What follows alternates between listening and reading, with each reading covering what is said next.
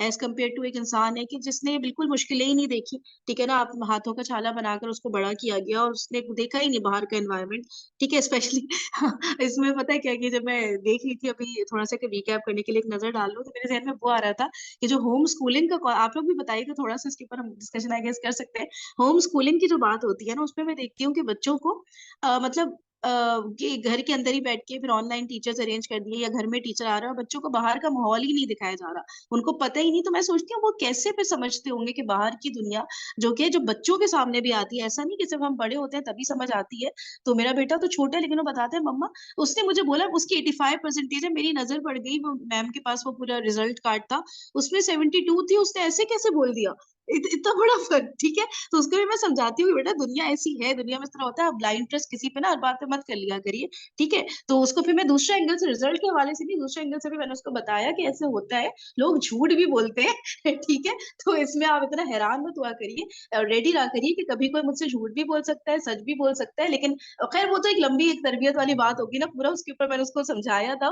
لیکن یہ چیز میں بول رہی ہوں, ایک بچہ گھر کے اندر رہے, ٹھیک ہے, تو اس کو کیسے باہر کی چیزوں کو, باہر کی برائیاں, خرابیاں, اس کو یہ ایکسپوجر ہی نہیں ملے گا. 85 سے 72 کیا بول رہی ہو تم؟ یہ نہیں سمجھ آیا مجھے. نہیں میں کہہ رہی ہوں, ایک بچے نے کہا تھا میری پرسنٹیج 85 ہے, پھر ایک منٹ اس کو اچھا میں سن رہی ہوں تو پاز کروں. اچھا اور وہ اس نے دیکھ لیا, اس کی نظر پڑ گئی نا میم کے پاس, پوری سب بچوں کا ریزلٹ کا وہ تھا, ٹھیک ہے, یعنی کہ سب کے پرسنٹیج لکھی تھی. کہہ رہے مما اس کے تو سامنے 72 مس کے پاس لکھا تھا, تو اس نے کیسے اتنا بڑا جھوٹ بول دیا, مطلب اس کے لیے بہت عجیب سی بات ہو گئی نا. تو میں نے اس کو بتایا کہ یہی ہوتا ہے, دنیا اسی کا نام ہے.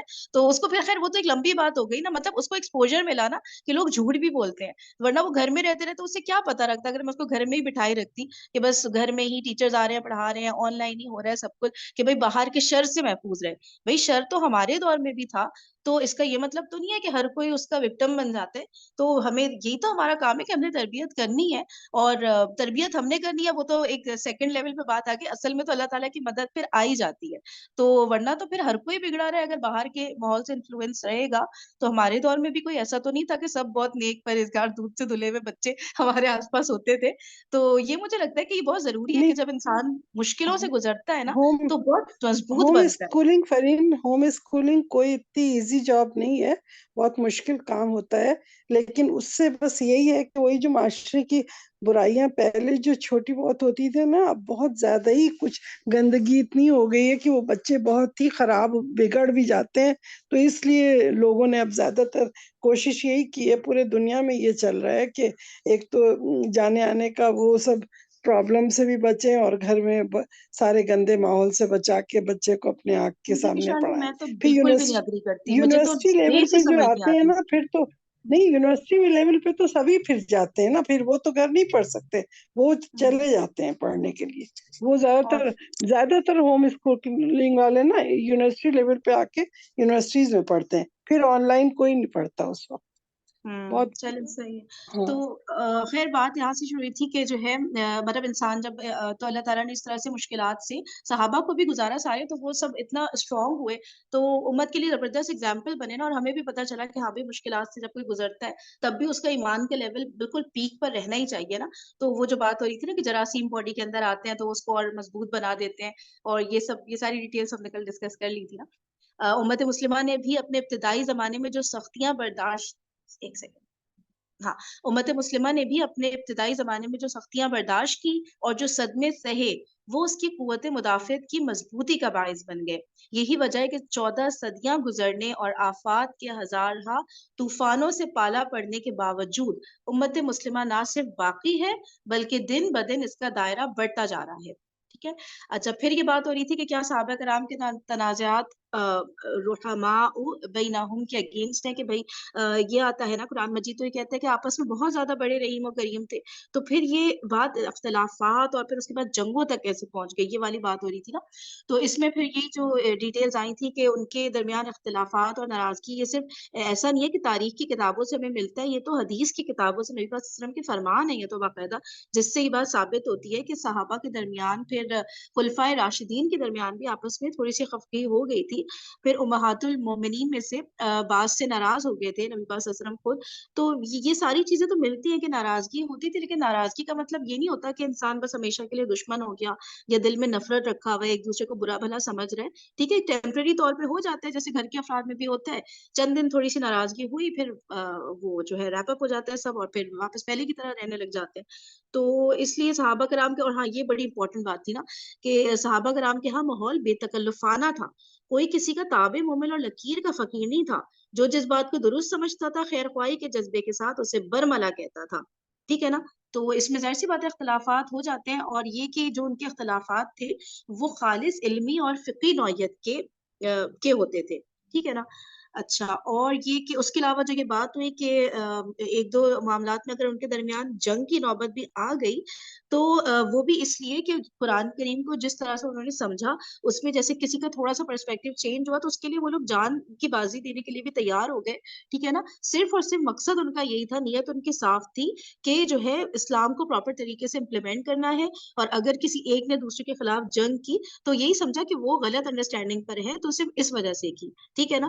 تو اس کے علاوہ وہ جو بات ہوئی تھی کہ حضرت موسیٰ علیہ السلام نے اپنے بھائی حضرت ہارون علیہ السلام کی بھی داڑھی پکڑ لی تھی، تو اس میں بھی کوئی اس بات کو غلط رنگ دینا چاہیں تو بہت سارے لوگ دے بھی سکتے ہیں، لیکن یہ چھوٹی چھوٹی باتیں ہوتی ہیں جن کو اتنا زیادہ ان کو ایشو نہیں بنانا چاہیے، کیونکہ انسان کے لیول پر ہی سب لوگ تھے نا، تو انسانوں میں آپس میں اس طرح کی باتیں ہو جاتی ہیں.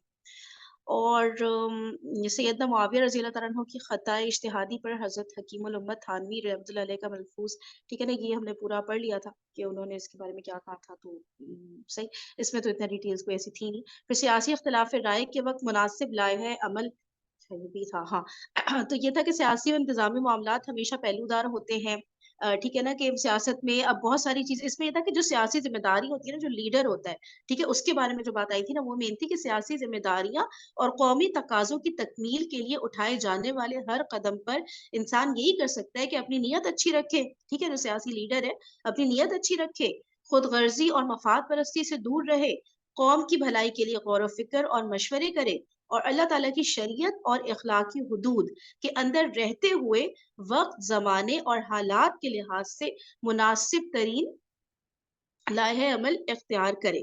ٹھیک ہے، اتنا کر کے قائد اپنی ذمہ داری سے اللہ تعالیٰ کے نزدیک بھی عہدہ برا ہو جاتا ہے. ٹھیک ہے، اب اگر وہ سب کچھ دیکھتے بھی ڈیسیجن غلط ہو گیا تو کوئی بات نہیں، آپ پھر اس پہ الزام نہیں لگا سکتے، نہ اخلاقی لحاظ سے الزام لگا سکتے ہیں، نہ شرعی لحاظ سے الزام لگا سکتا ہے. ٹھیک ہے، کیونکہ انسان سے ہی بہرحال غلطیاں ہو جاتی ہیں. اچھا، پھر یہ تھا کہ کیا تھا کہ ہاں، آپس میں ٹکراؤ بھی ہو جاتا ہے اپوزیشنز کا، اور اس میں جو ہے جو تھرڈ پرسن ہے وہ اس کے لیے اتنا ایزی نہیں ہوتا فائنڈ آؤٹ کرنا کہ کون سچا ہے اور کون جھوٹا، اور کیا کیا ریزنس تھے جس چیز سے ان کو گزرنا پڑا. ٹھیک ہے. ہاں، پھر یہ جو مین بات یہ تھی کہ ایسے میں انسان کو دو اختیار دیے گئے ہیں. اگر اس کے نزدیک معاملہ الجھا ہوا ہے تو الگ تھلگ رہے، جیسے کہ ہمیں پتہ ہے کچھ صحابہ تھے وہ نیوٹرل اس پہ تھے، کسی کی بھی پارٹی میں نہیں تھے، تو یہ بھی آپشن ہوتا ہے اور یہ بھی اوکے ہوتا ہے. اگر کسی ایک کا ساتھ دینے پر قومی فائدے کی امید ہے اور اس کا موقف برحق لگتا ہے تو اس کا ساتھ دے دے. ٹھیک ہے. تو جب سیاسی کشاکشی مسلمانوں اور کفار کے درمیان ہوتی ہے تب تو کلیئر ہوتا ہے کہ بھئی ہم نے مسلمانوں کے ساتھ ہونا ہے. اچھا، پھر جو ہے اگر مظلوم اور ظالم کے درمیان ہوتی ہے تب بھی کلیئر ہوتا ہے، چلو بھائی ہم نے مظلوم کا ساتھ دینا ہے، ظالم کا ساتھ نہیں دینا. لیکن جب ایسے لوگ ایک لیول کے لوگ ہوں جن کا عقیدہ بھی کریکٹ ہو، اخلاقیات کے معیار پر بھی پورے اترتے ہوں ہر لحاظ سے، تو پھر انسان کو تھوڑا سا مشکل ہو جاتا ہے فیصلہ کرنا کہ کس کی طرف جائے نا. تو اس میں جو ہے کسی ایک پارٹی کا ساتھ دینے میں دوسرے پارٹی مطلب غلطی پر بھی ہو سکتا ہے، تو اٹس آل رائٹ. ٹھیک ہے، تو یہاں تک ہم نے کیا تھا. اب آگے ہم پڑھتے ہیں. کوئی بات کچھ کرنی ہے یہاں پہ؟ اوکے. ایک سوال اس کشمکش سے براہ راست متعلق افراد یا اس کشمکش کے دور میں موجود لوگوں کو پیش آتا ہے. ایک سوال بعد والوں کو یا کشمکش سے غیر متعلق لوگوں کو درپیش ہوتا ہے. متعلق لوگوں کے سامنے یہ سوال رہتا ہے، ٹھیک ہے، وہ لوگ نا یعنی کہ جو اس وقت موجود تھے اس دور میں، ان کے سامنے یہ سوال آتا ہے کہ اس سیاسی قضیے میں وہ کس کا ساتھ دیں. بعد والوں کو یہ الجھن ہوتی ہے کہ وہ ان گروہوں اور شخصیات کے بارے میں کیا رائے رکھیں. ٹھیک ہے. اس وقت کے لوگوں کے سامنے یہ سوال تھا کہ بھئی ہم کس کا ساتھ دیں, کس پارٹی کا, اور ہمارے لیے بعد والے جو لوگ ہیں ان کے لیے الجھن ہوتی ہے کہ وہ کیا رائے رکھیں ان گروپس کے بارے میں, ان لوگوں کے بارے میں. ٹھیک ہے. جنگ جمل اور صفین سے متعلقہ صحابہ و تابعین کا کردار اس بارے میں ہماری اطمینان بخش رہنمائی کرتا ہے. ٹھیک ہے. جنگ جمل اور صفین سے متعلق بتانے جو صحابہ تھے اور جو تابعین تھے ان کا جو کردار ہے وہ بیسکلی ہمیں گائیڈ کرتا ہے. اب آگے بڑھتے ہیں. ساتھ دینے کے حوالے سے ہمیں یہ تعلیم ملتی ہے کہ اگر معاملہ ہمارے نزدیک الجھا ہوا ہے یا ہمارے نزدیک اس میں صلاحیتوں کو کھپانا قوم کے لیے سود مند نہیں تو ہم ان معاملات سے الگ رہیں. اگر پہلے کسی گروہ میں شامل ہیں تو اب علیحدگی اختیار کر لیں, جیسے حضرت سعد بن ابی وقاص, حضرت عبداللہ بن عمر اور حضرت اسامہ بن زید رضی اللہ تعالیٰ عنہم نے کیا, اور جیسے حضرت زبیر نے جنگ جمل کے دوران علیحدگی کا فیصلہ کیا. ٹھیک ہے. اب کیا کہہ رہے ہیں کہ ساتھ دینے والوں کے حوالے سے ہمیں یہ تعلیم ملتی ہے کہ اگر معاملہ ہمارے نزدیک الجھا ہوا ہے, ٹھیک ہے, ہم نہیں ڈیسائیڈ کر پا رہے کہ کس کا ساتھ دیں, تو یا ہمارے نزدیک اس میں صلاحیتوں کو کھپانا قوم کے لیے سود مند نہیں تو ہم ان معاملات سے الگ رہیں. صحیح ہے. اور اگر پہلے کسی گروہ میں شامل ہیں اور اگر ہم نے کسی کا ساتھ دے دیا ہے اور اب ہمیں ریئلائز ہو رہا ہے کہ نہیں اس طرح سے نہیں کرنا چاہیے تھا, تو پھر لیٹر آن علیحدگی اختیار کر لیں. ٹھیک ہے. جیسے حضرت سعد بن ابی وقاص نے کی, حضرت عبداللہ بن عمر, حضرت اسامہ بن زید, ٹھیک ہے, اور حضرت زبیر نے بھی یہ کیا تھا جنگ جمل کے دوران. صحیح. تو علیحدگی اختیار کر لی تھی, جبکہ شروع میں تو شامل تھے نا, لیکن پھر وہ علیحدہ ہو گئے تھے جب ہمارے لیے بھی یہی ہے کہ جب ہم لوگ کسی چیز میں انوالو ہو جائیں پھر ہمیں لگے اوہو غلط ہو گیا, تو یہ مطلب نہیں ہے کہ اب اس کو تکمیل تک پہنچا کر ہی ہم آگے بڑھتے کہ اب تو یار ہم اس میں پھنس گئے ہیں تو اب آخر تک جائیں, بس اسی وقت کوئٹ کر جائیں, اسی وقت بیک آؤٹ کر جائیں. ایسا بہت ہوتا ہے ہمارے ساتھ, ہم غلط چیزوں میں شامل ہو جاتے ہیں, پھر ہمیں بعد میں احساس ہوتا ہے کہ یہ کیا کیا. ٹھیک ہے. تو پھر اس وقت ہی بیک آؤٹ کر جائیں. یہ چیز میں بھی ریسنٹلی سوچ رہی تھی, جیسے فار ایگزامپل فوٹوگرافس وغیرہ ہو رہی ہوتی ہے, پوری فیملی جمع ہے, آؤ آؤ فرین آؤ جلدی سے آ جاؤ, ٹھیک ہے نا, میں کھڑی ہو گئی, اس وقت مجھے ریلائز ہو رہا ہے نہیں یار نہیں کھنچوانی تھی فوٹو, مجھے کیا ہو جاتا ہے جب پوری عوام مجھے بلا رہی ہوتی ہے, میں بھی اس میں شامل ہو جاتی ہوں, تو مجھے سمجھ آ گیا تو کوئی بات نہیں, بیچ سے ہٹ جاؤں, برا لگتا ہے تو برا لگے, ٹھیک ہے نا, ناراض اللہ تعالیٰ کو نہیں کرنا ہے, عوام پوری کی پوری ناراض ہو جائے تو کوئی بات نہیں.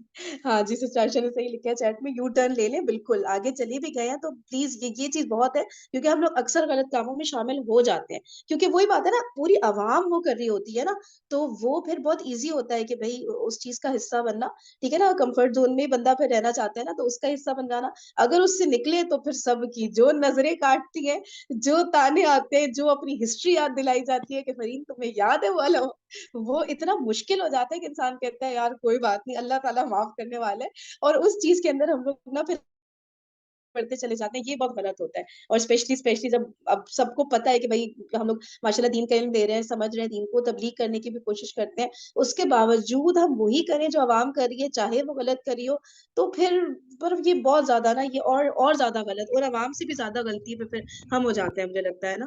تو آپ کو کچھ یہ کہنا تو سننا پڑے گا کہ 70 چوہے کھا کے بلی حج چلی. 70 یا 100 صحیح صحیح, بالکل. 100 ہاں 900 جی, آپ لوگ بھی پلیز کچھ کہیں 900 اس کے. اچھا 900 زیادہ. نمبر یاد نہیں تھا مجھے. نہیں نہیں, مجھے بھی یاد ہو تو میں ایسے کہہ رہی تھی. جی جی, آپ لوگ کچھ اور کوئی پارٹیسپینٹ کچھ کہنا چاہتے ہیں؟ میں یہ کہنا چاہ رہی تھی کہ سب جی سے جی. پہلے مخالفت جب آپ چلنا شروع کرتے ہیں نا, آپ کو اپنے گھر والوں سے ہی ملتی ہے, سب سے آگے وہی ہوتے ہیں, اور آپ کے جو گناہ ہوں گے نا وہ کہیں گے 100 چوہے کھا کے بلی حج کو چلی, یہ تانے بھی آپ کو ملیں گے. ٹھیک ہے. اور جو لوگ ہوتے ہیں نا وہ آپ نے 99 کہتے ہیں گناہ کیے ہوں, 99 نیکیاں کی ہوں اور ایک گناہ کیوں نا, لوگ آپ کو بار بار وہی گناہ ریوائنڈ کرا کے آپ کو بیک فوٹ پہ لانے کی کوشش کرتے ہیں. لیکن اللہ سبحانہ و تعالیٰ کی وہ ذات ہے جو کہ آپ نے ایک غلطی کی ہو, 99 غلطیاں کی ہوں اور ایک آپ نے کوئی نیکی کا کام کیا ہو, اسی کی بدولت آپ اس راہ پہ چل پڑی ہیں, تو اللہ سبحانہ و تعالیٰ جو ہے آپ کی وہ ایک نیکی پکڑ کر جو ہے نا آپ کے سارے گناہ بخشنے کے لیے تیار ہوتے ہیں.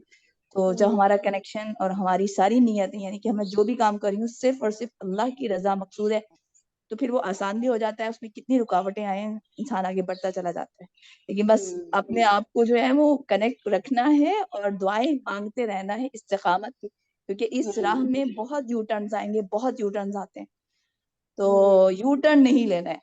آپ کہتے ہیں اگر اس راہ پہ چلنا شروع کر دیا ہے تو اگر بھاگنے کی کوشش کریں, نہیں بھاگ پا رہے تو چل نہیں پا رہے گھسٹ لیں, رکے نہیں, یو ٹرن مت لیں.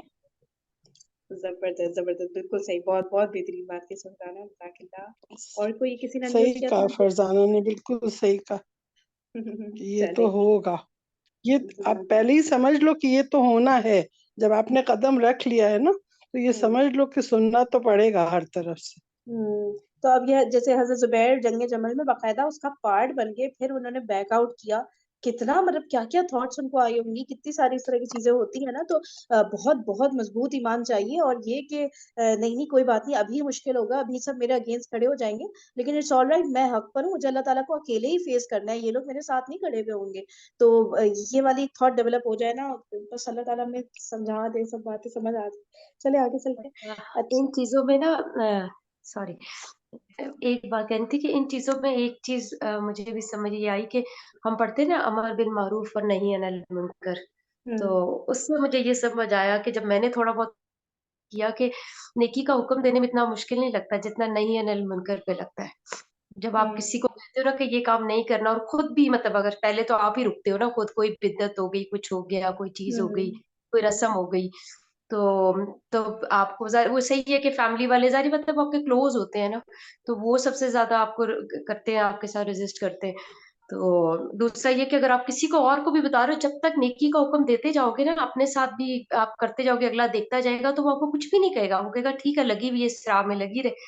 لیکن جیسے ہی آپ اس کو کہو گے نا کہ یہ نہیں کرنا تو بس, یا میں یہ نہیں کر رہی تو بس, پھر اس کے میں نے دیکھا ہے کہ وہاں سے کلیشز شروع ہو جاتے ہیں, وہاں سے آپ کے کلوز ریلیشن یا باہر بھی ملنے والے بھی سب جو ہے وہ آپ کی ریزسٹنس سٹارٹ ہو جاتی ہے, یہاں تک کہ آپ کے خاوند آپ کے بچوں سے بھی جو ہے نا وہ آپ سے کرنے لگ جاتے ہیں. بس جہاں روکنا ہے نا نہیں انل منکر پہ جو ہے نا پھر شروع ہو جاتا ہے پرابلم سب کو ہر طرف سے. اچھا کرتے جاؤ گے, اچھے حکم لیتے جاؤ گے اپنے اوپر بھی, لوگوں کے لیے بھی, میں نے اس میں مشکل نہیں دیکھی, ایکسپٹ کرتے ہیں, سب کرتے ہیں. لیکن جہاں سے کسی چیز سے رکنے سے کہو نا تو بس پھر تو مسئلہ شروع ہو جاتا ہے. مشکل ہے, نو ڈاؤٹ, بالکل سیکھے گے. جزاک اللہ خیر.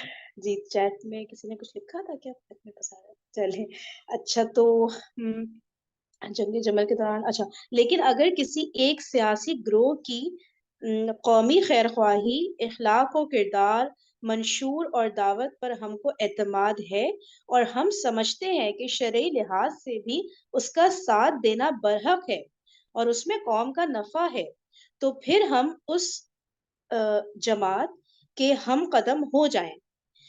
جیسے صحابہ کی بہت بڑی تعداد سیدنا حضرت علی رضی اللہ تعالیٰ عنہ کے ہم قدم رہی, اور جیسے بہت سے حضرات نے حضرت معاویہ رضی اللہ تعالیٰ عنہ کا, اور بہت سے لوگوں نے حضرت طلحہ اور حضرت زبیر رضی اللہ تعالیٰ عنہ کا ساتھ دیا. ظاہر ہے کہ کوئی فرشتہ آ کر نہیں بتائے گا کہ کون برحق ہے. دار و مدار شرعی دلائل کے تجزیے اور غور و فکر کی استطاعت پر ہے, اسی کے مطابق فیصلہ کرنا ہوگا. دوسرا سوال سیاسی قضیے سے دور رہنے والے یا بعد والوں کو پیش آتا ہے کہ ان متخالف اور متحارب جماعتوں کے بارے میں کیا رائے رکھیں جو بظاہر با کردار, محب قوم و ملت اور پابند شریعت نظر آتی ہیں. ٹھیک ہے, ایک تو وہ جو کہ اس سیاسی قضیے سے یعنی ان سب جنگوں وغیرہ سے دور رہے, وہ, اور ایک ہم جو بعد میں آنے والے لوگ ہیں. ٹھیک ہے, کہ وہ پھر کیا اپنی رائے قائم کریں ان کے حوالے سے نا, کہ محب قوم و ملت بھی ہیں, پابند شریعت بھی ہیں. صحیح ہے. جنگ جمل اور صفین کا جائزہ بتاتا ہے کہ بڑے اور قابل تکریم لوگوں کے حق میں ادب اور احترام برقرار رکھا جائے. اسلامی قانون کو بدلنا یا چھپانا تو جائز نہیں, لہٰذا اس نقطۂ نگاہ سے علمی بحث میں کسی ایک فریق کی تصویب ناگزیر ہو جاتی ہے. اسے سمجھنے سمجھانے کے لیے عقلی و نقلی دلائل پیش کرنا بھی اہل علم کے لیے ضروری ہو جاتا ہے, مگر اسے ضرورت کی حد میں رہنا چاہیے. دل سے ہر فریق کی عزت کی جائے, ان کے اس جذبے کو سلام کیا جائے کہ انہوں نے جس موقف کو حق سمجھا اس پر ڈٹ گئے. ان کی خدا ترسی, قومی ہمدردی, پرہیزگاری اور شرافت و دیانت پر انگلیاں اٹھا کر اپنی زبان و قلم کو آلودہ نہ کیا جائے. ٹھیک ہے, جہاں پہ بس ضرورت ہو وہاں پہ جو دلائل ہیں جو ایکچوئل میں ہیں وہ باتیں پیش کرنی چاہیے, ٹھیک ہے, لیکن جہاں پہ ضرورت نہیں ہے تو زبردستی ٹاپک نکال کے اور بس ایک مزے لینے کے لیے اس طرح کی حرکتیں نہیں کرنی چاہیے نا.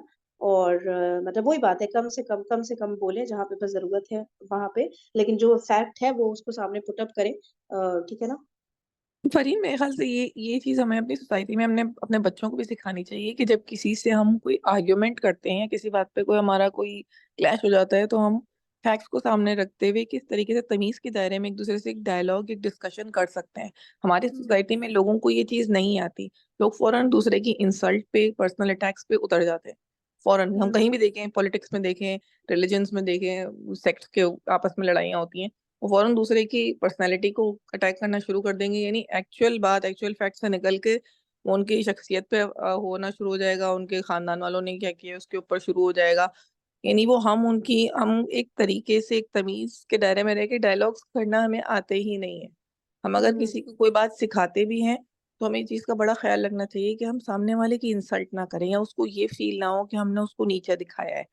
اس کو اس طریقے سے سمجھانا چاہیے, کسی کو, بچوں کو بھی اسپیشلی ہم یہ بات سمجھائیں تو ان کو اچھی طریقے سے سمجھائیں کہ تاکہ وہ بات کو سمجھ جائیں. ہمارا مقصد ان کو سمجھانا ہے, ان کی انسلٹ کرنا نہیں ہے, ٹھیک ہے نا. جب کیونکہ جیسے بائیکاٹ کی بھی بات آ رہی تھی تو میرے بچوں نے کہا کہ ہمیں بڑا دل چاہ رہا ہے میک ڈونلڈس کا برگر کھانے کا, تو میں نے اس کو ایسی سمپلی ایک ویڈیو دکھائی اور میں نے اس کو بولا کہ اب آپ ویڈیو دیکھ کے بتائیں کہ وہ بچہ بالکل بھوک سے مر رہا تھا, تو میں نے کہا کہ اب آپ بتائیں کہ آپ کو ابھی بھی دل کر رہا ہے برگر کھانے کا, تو اس نے کہا نہیں میرا بالکل دل نہیں کر رہا. یعنی آپ بچے کو احساس دلائیں کہ ہم یہ کیوں نہیں کر رہے. ہم ان کو انسلٹ کریں, ڈانٹ کریں کہ آپ یہ کر رہی ہو, ابھی یہ ہو رہا ہے, یوں ہو رہا ہے, تو وہ بچہ نہیں سیکھے گا یا کوئی بھی نہیں سیکھے گا. ہم بھی نہیں پسند کریں گے کہ ہم یہاں کے کوئی انسلٹ کرنا شروع کر دے کہ تم نے تو کوئی اسکارف پہننا شروع کرا تو ہم کہیں اسکارف تو صحیح نہیں ہے, پورا برقع پہننا چاہیے, تمہیں تو منہ بھی نقاب پہ بھی لانا چاہیے. یہ وہ بندہ انسلٹ فیل کرے گا. آپ کے اسکارف کو اپریشیٹ کریں اور آہستہ آہستہ خود ہی آگے بڑھ جائے گا, ایک ایک قدم آگے بڑھ جائے گا. تو وہ ہمیں یہ چیز سوسائٹی میں چیز سیکھنی چاہیے اور ججمنٹل نہیں ہونا چاہیے دوسروں کے بارے میں کہ اگر کسی نے ایک کام شروع کر دیا, یار یہ دیکھو اس نے تو اب یہ شروع کر دیا, پہلے تو یہ برقع پہنتی تھی اب صرف اسکارف پہ آ گئی. یعنی ہم خود بھی ایسے ہو جاتے ہیں. یہ چیز ہمیں سوسائٹی میں ختم کرنی چاہیے اور ایک تمیز کے دائرے میں ڈائلاگ کرنا ہمیں اپنے بچوں کو بھی سکھانا چاہیے, بڑا امپورٹنٹ ہے. آج کل کی لائف میں یہ چیز بڑی کم ہو گئی, گم گئی ہے یہ چیز.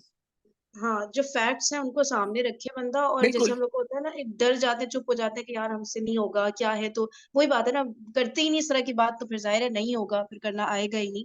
تو بندہ فیکٹس پہ, اور یہ جو آپ بتا رہی ہیں نا, مجھے نہیں پتا کون سی سسٹر بول رہی تھی, سبحان اللہ.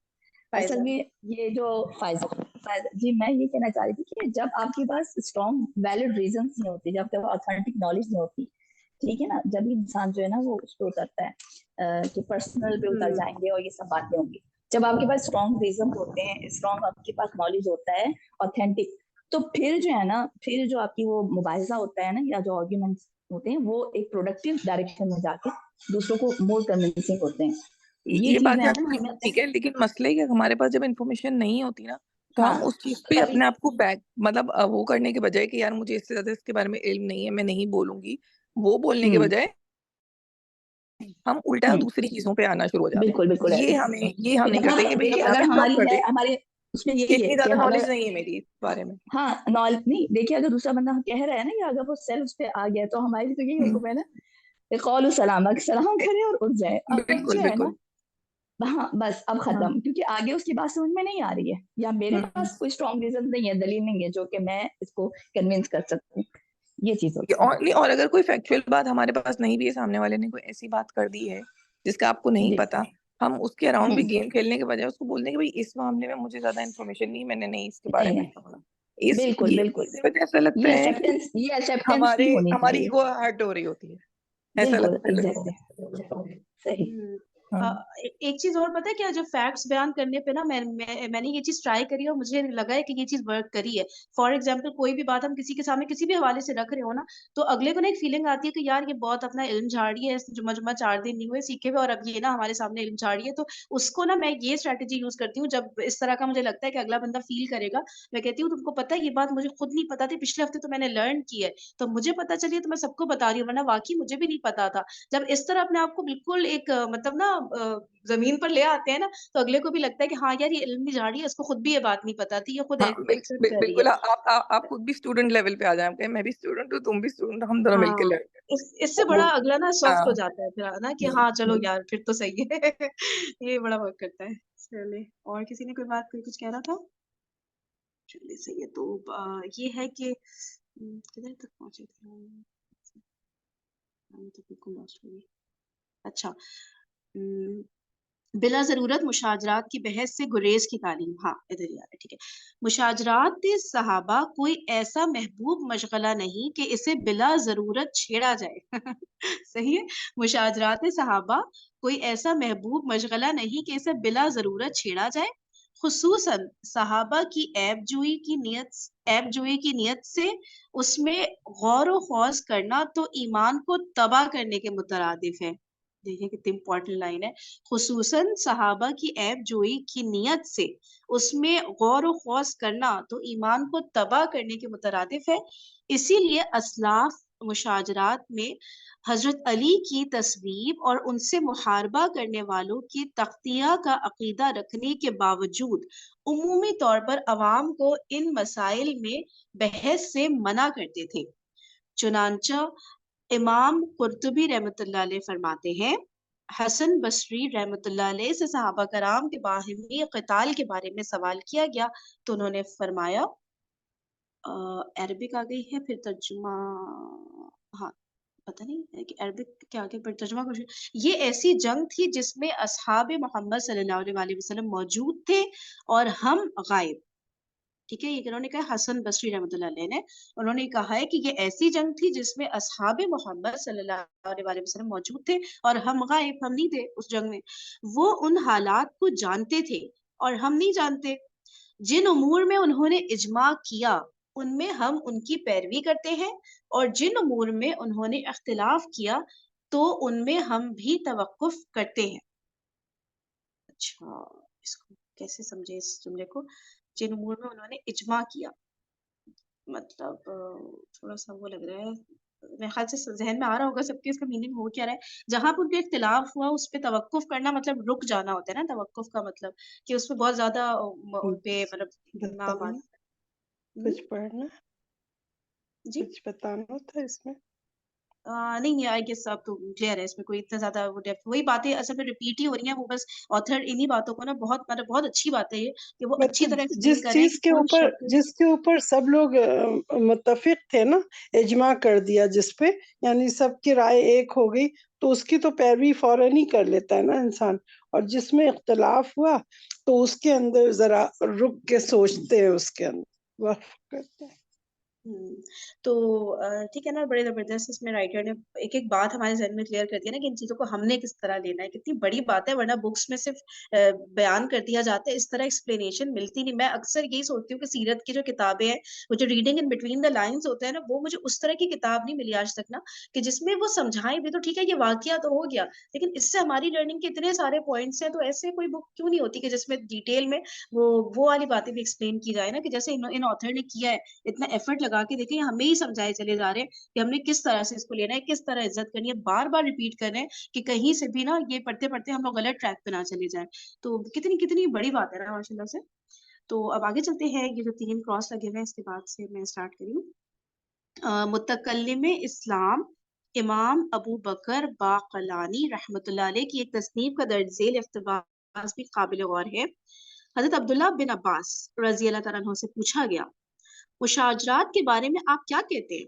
فرمایا, وہی جو اللہ تعالیٰ نے کہا ہے, میں غلطی کر دوں گی, بہت چھوٹا فونٹ ہے, میں ترجمہ پڑھی ہوں, اور وہ لوگ جو کہ ان کے بعد آئے جنہوں نے کہا کہ اے ہمارے رب بخش دے ہمیں اور ان کو بھی کہ جو ہم سے پہلے ایمان لا چکے, اور ہمارے دلوں میں ایمان والوں کے لیے کوئی کینہ نہ ہونے دیجیے. یہی سوال حضرت جعفر صادق رحمۃ اللہ علیہ سے پوچھا گیا تو انہوں نے فرمایا, میں وہی کہتا ہوں جو اللہ نے فرمایا. ترجمہ, ان لوگوں کا علم میرے پروردگار کے پاس دفتر اعمال میں محفوظ ہے, میرا رب نہ غلطی کرتا ہے اور نہ بھولتا ہے. اور بعض حضرات سے اس بارے میں پوچھا گیا تو فرمایا, اچھا حاشیوں میں نا ریفرنس دیا ہوا آیات وغیرہ کا, تو اور بعض حضرات سے اس بارے میں پوچھا گیا تو فرمایا,